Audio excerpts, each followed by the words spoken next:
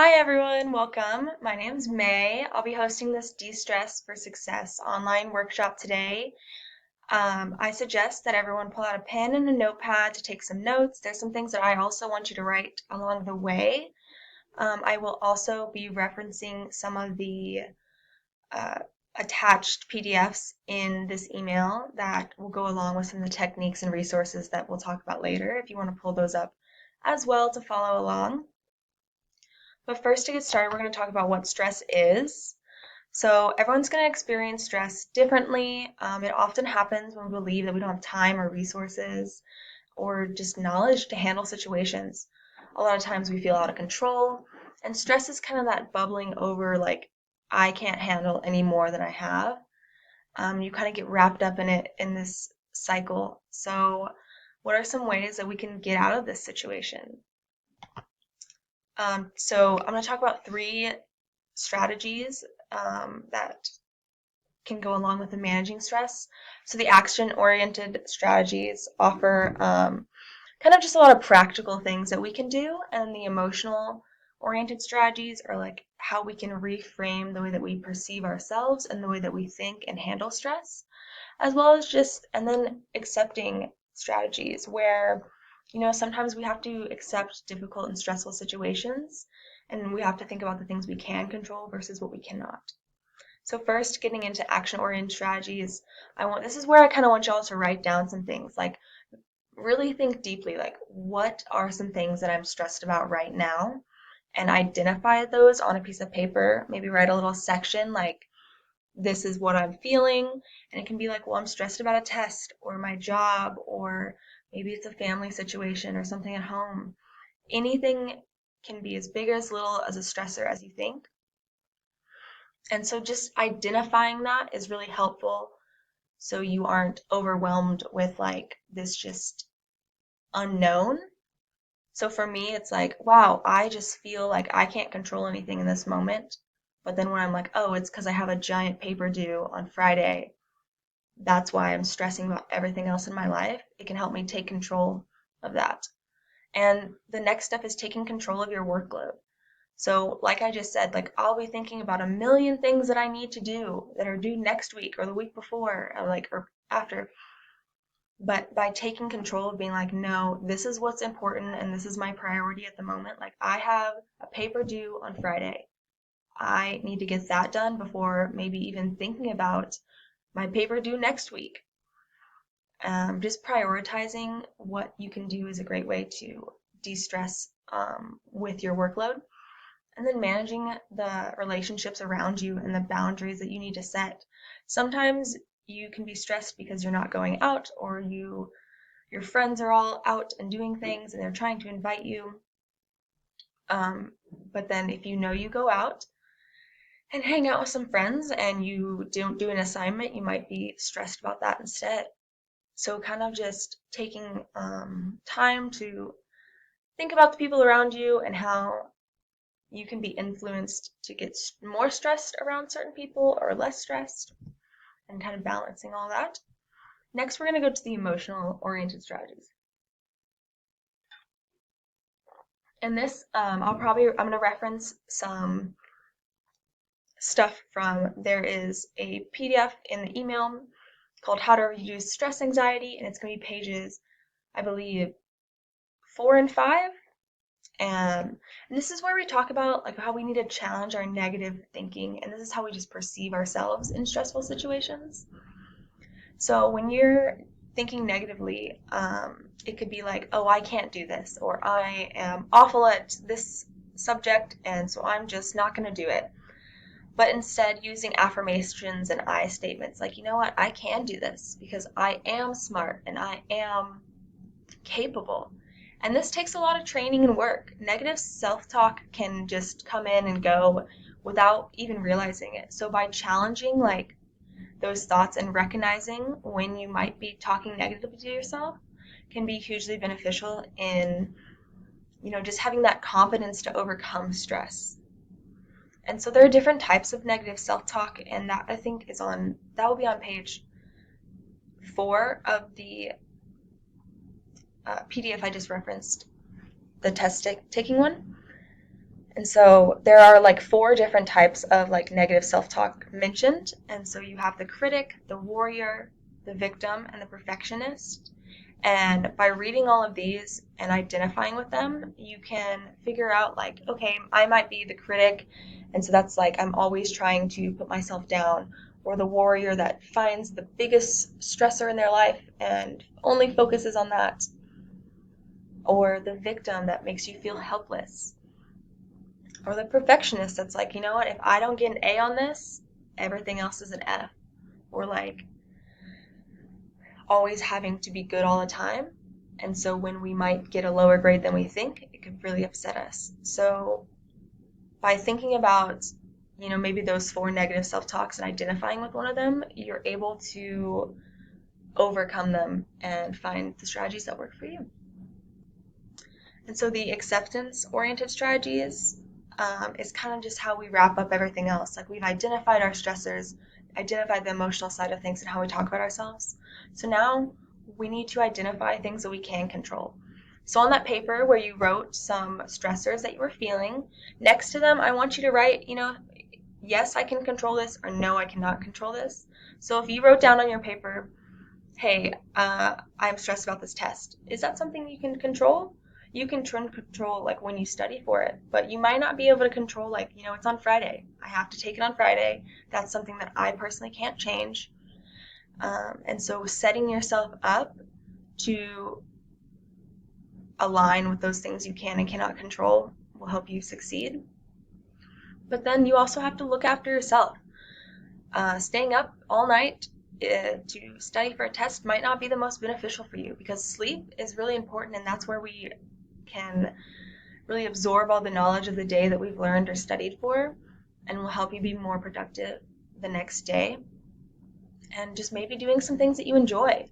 A lot of times we can get so wrapped up in the things that stress us out and the things that we have to do that we forget like, hey, like I really enjoy going around and walking the Lunsford, or I enjoy like just having coffee with a friend. Making time for maybe those little things to just really like still take care of yourself beyond the things that you can't control. And lastly, you reaching out is super important. There are various resources on campus that we'll talk about later, as well as your success coach and your mentors and your student ambassadors.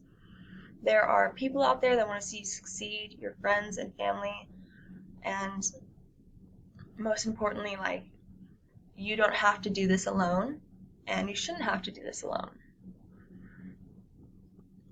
So some extra tips to go along with that is making a plan, and that's where we bring in our prioritizing. So it's like, I have these things due this week. I'm not even going to worry about next week's duties, and getting those done, as well as distributing your study time throughout the day. It is not going to be good to cram last minute, so finding maybe little moments where you can build up knowledge. Instead of studying maybe a Quizlet all at once, studying it across 5 days for 10 minutes a day will be far more beneficial to you than trying to get all that knowledge in the very last minute. And it will also help with stress, because now you don't have to stress about taking in all that knowledge. Again, getting enough sleep, very important. And just understanding that like the quality of work you do when you're not tired versus the quality of work that you do when you are sleep deprived is much different. And then creating that to-do list, going along with making a plan. When creating a to-do list, don't write down every single thing you have to do. Maybe writing down the top 3 things you need to do for the day. Like, this is what's important today, and I'm going to get that done. And then avoiding procrastination. When we hide from the things we have to do and we avoid, that just leads to more stress than if you were to maybe attempt a small bit of work at a time. And all of these strategies and tips, take practice and effort, but they are possible, and you are very capable of doing every single one of these things.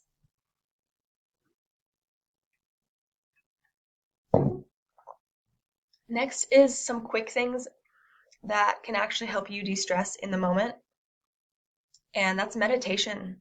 In some forms of meditation, we see tensing and differential. And so there is another worksheet, I think it is activity 8, that is linked in your email. And so in this exercise, you're tensing your muscles and then releasing them and relaxing. And then you're tensing your muscles and you're releasing them and relaxing. And I believe in the how to reduce test anxiety worksheet, there is an exercise where while you're taking a test, you could potentially like maybe get very overwhelmed or stressed in the moment about what's going on.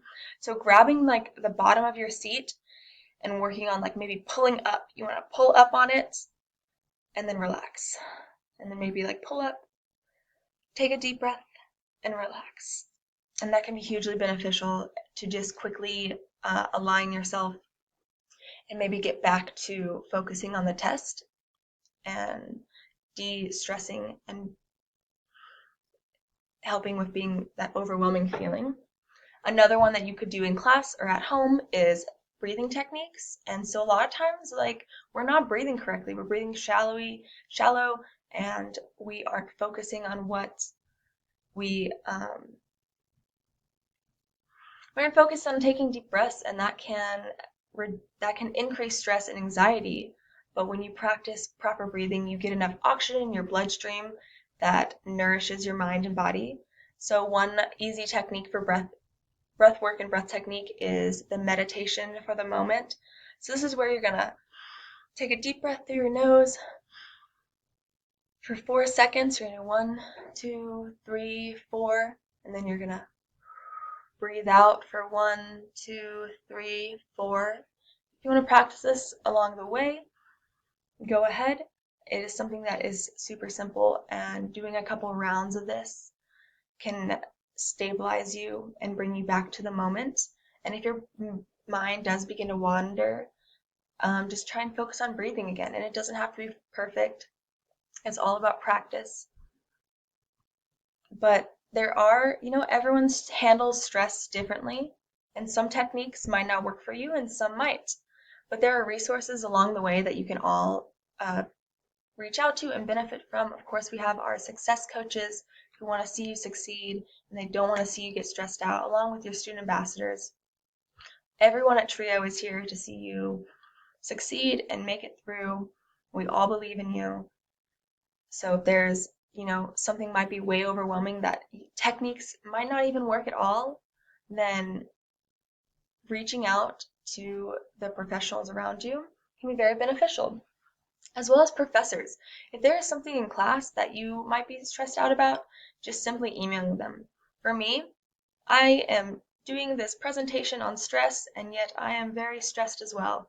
So something that I do, I had a 8-page paper due last night, and while I got most of it done, I wasn't confident enough to turn it in. And by just sending my professor a quick email and being like, hey, I would rather, turn in something that I believe in and am confident in than turn in something that might not be up to the standards of what the paper needed to be. And she emailed me back, and she was very understanding, and she was able to give me a day extension, and I was able to work with her.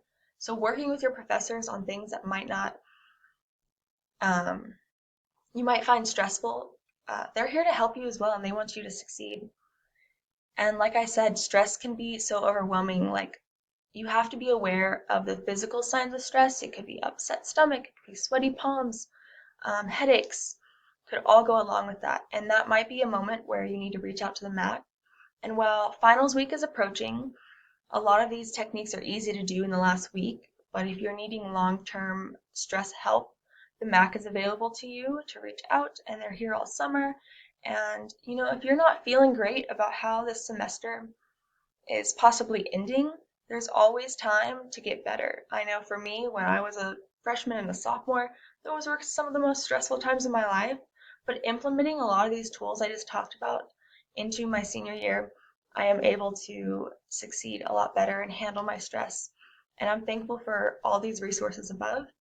And I hope that all of you can find the things that you need to de-stress and what works best for you. And just remember that we are here to help, and we want to see you succeed.